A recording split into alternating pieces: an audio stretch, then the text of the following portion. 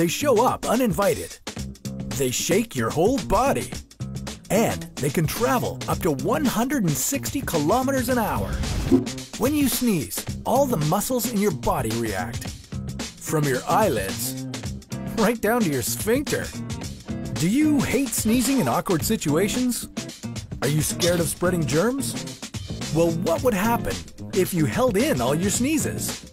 To figure this one out, we have to ask, how does sneezing actually work?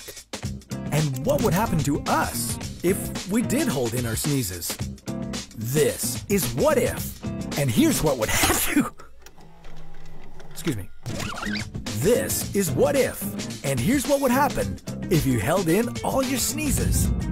A sneeze has the role of getting anything out of your nose and sinuses that shouldn't be there. That could be anything, from pepper to dust to perfume, even pet dander. The official name for sneezing is sternutation. During the act of sneezing, your body is building up pressure in your respiratory system. Your lungs, throat, and sinuses are shaking in suspense. Sneezes are involuntary. When an uninvited guest shows up in your sinuses, the red flags go up and convulsions in the airway rocket the air out of you. Otolaryngologist Noam Cohen of the University of Pennsylvania compared it to fixing a computer error. He says it's like resetting the system, like Control-Alt-Delete. In 2002, a study at Denmark's Department of Otorhinolaryngology at Rigshospitalet showed that 95% of people sneeze 4 times or less each day. Worldwide, we could be sneezing upwards of 7.8 billion times a day. So, what would happen if we tried to hold them in? Well, infectious diseases such as whooping cough, the common cold, and the flu can all be spread by sneezing. If you were to hold your sneezes in, you could be stopping the spread of several diseases. But we wouldn't recommend it. When you hold in a sneeze, you're putting up to 24 times more pressure on the respiratory system than if you just let it out. Possible injuries from trying not to sneeze include pulled muscles, burst eardrums, and ruptured blood vessels in the eyes. It can do some serious damage and result in serious complications for your body, including pneumomediastinum, which is air becoming trapped between your lungs, and the rupture of a cerebral aneurysm.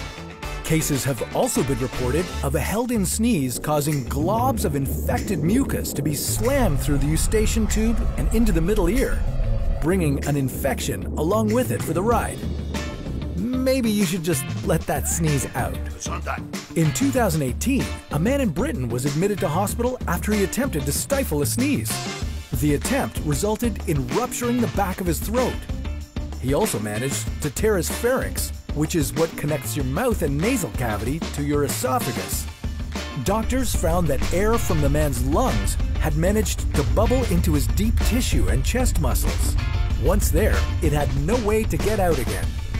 This poor guy was hospitalized for a week and required a feeding tube and intravenous antibiotics just to help with the pain and swelling. If we held in all our sneezes, this could go from being a medical rarity to a common occurrence. And what would your world look like if you held in all your sneezes?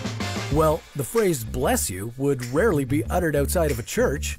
Pepper suppliers would see a small dip in their business, and doctors might see a big drop in cases of the common cold virus.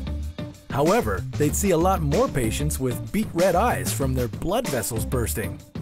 Sneezing is a very simple, everyday action that almost everyone does. It's a bodily function we take for granted. It may be annoying, but if you force sneezing out of the picture, life becomes a lot more complicated. A sneeze takes a fraction of a second, the same amount of time it may take to land in the hospital if you try holding it in. So it's best to just let it happen and wipe your nose instead. Did you know that there's research showing that a sneeze can release endorphins the same way an orgasm can? What if orgasms didn't exist in the first place? Now that's a story for another What If.